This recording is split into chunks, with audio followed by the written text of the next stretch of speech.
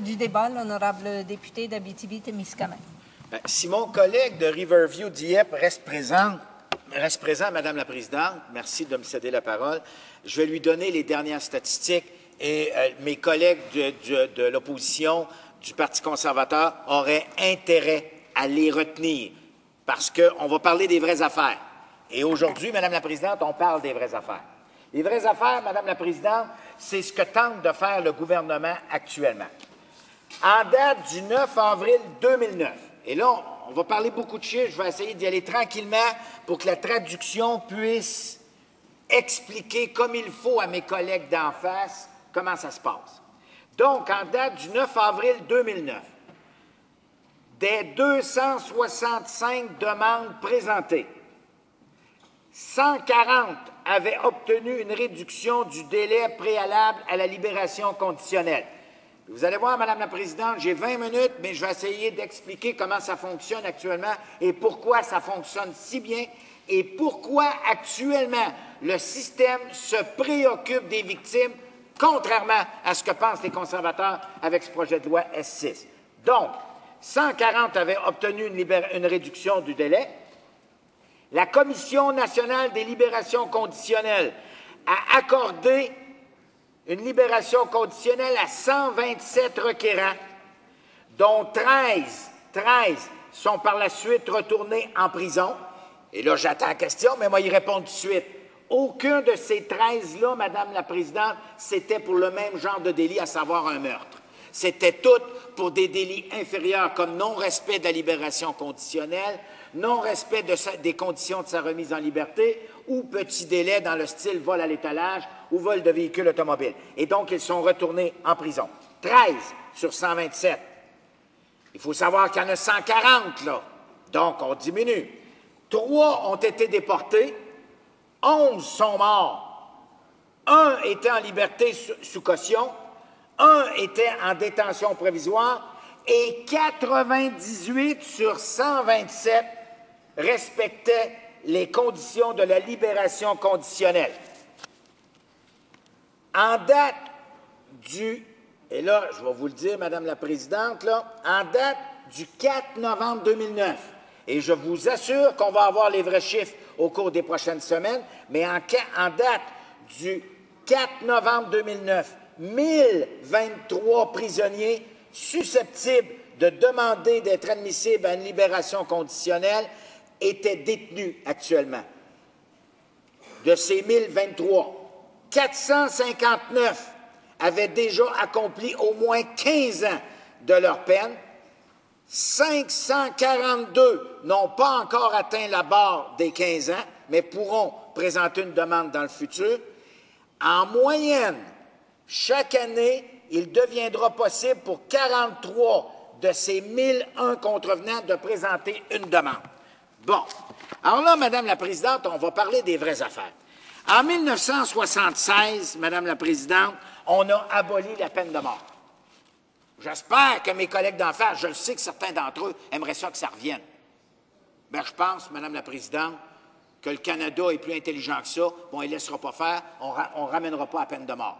Mais en 1976, lorsqu'on a adopté la fin de la peine de mort, on a adopté la fameuse clause de la dernière chance. C'est comme ça que ça s'appelle, ça s'est toujours appelé comme ça. Et on a reclassé les meurtres là, au premier, deuxième, troisième degré. Bon. Expliquons à ceux qui nous écoutent comment ça marche. Un criminaliste comme moi va vous dire, Madame la Présidente, un meurtre au premier degré, c'est quelqu'un qui prémédite un meurtre, qui le commet et qui tue sa victime. Alors, meurtre au premier, ça prend une préméditation, et ça, c'est 25 ans. Pas 25 ans, puis au bout de 2 ans, on fait une demande, là, c'est pas vrai.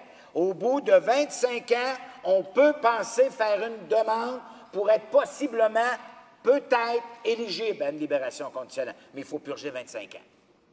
Bon. Au meurtre au deuxième. Meurtre au deuxième degré, c'est meurtre non prémédité. Alors, je donne l'exemple souvent, Madame la Présidente, c'est l'amant de sa femme.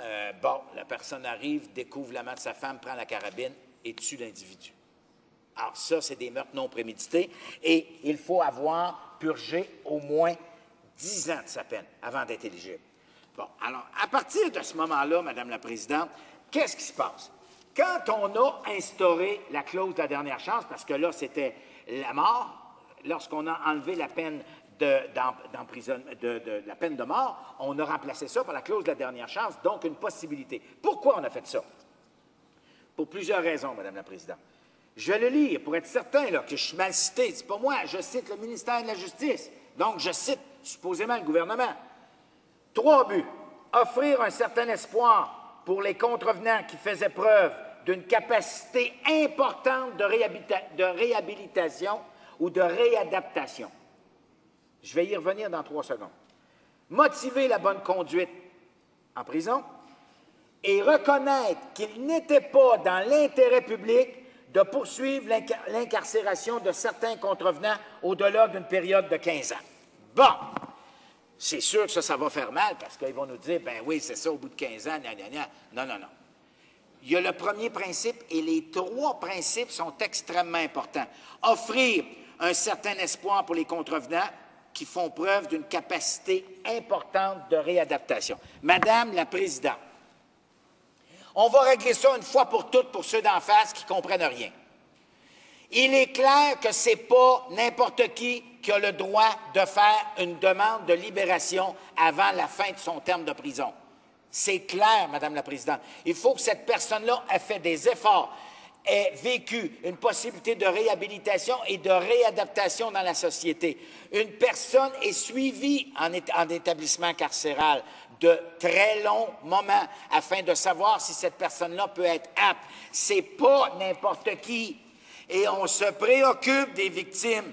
C'est clair, Madame la Présidente, qu'un individu, et moi, j'ai eu l'occasion dans ma carrière d'accompagner 2 clients qui ont fait ces genres de demandes-là. Et à un de ces 2-là, j'ai dit, oublie ça, forget it, tu n'as aucune chance, parce que tu n'es pas prêt.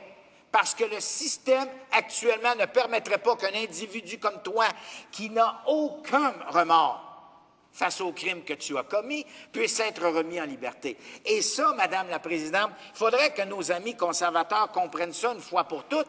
Le service des libérations conditionnelles et le service carcéral surveillent attentivement et préparent les individus qui peuvent peut-être possiblement faire une demande. Je disais tantôt, il y en a 140 qui étaient éligibles, Madame la Présidente, et il n'y en a que 127. 127 qui peuvent faire une demande. Comment ça fonctionne?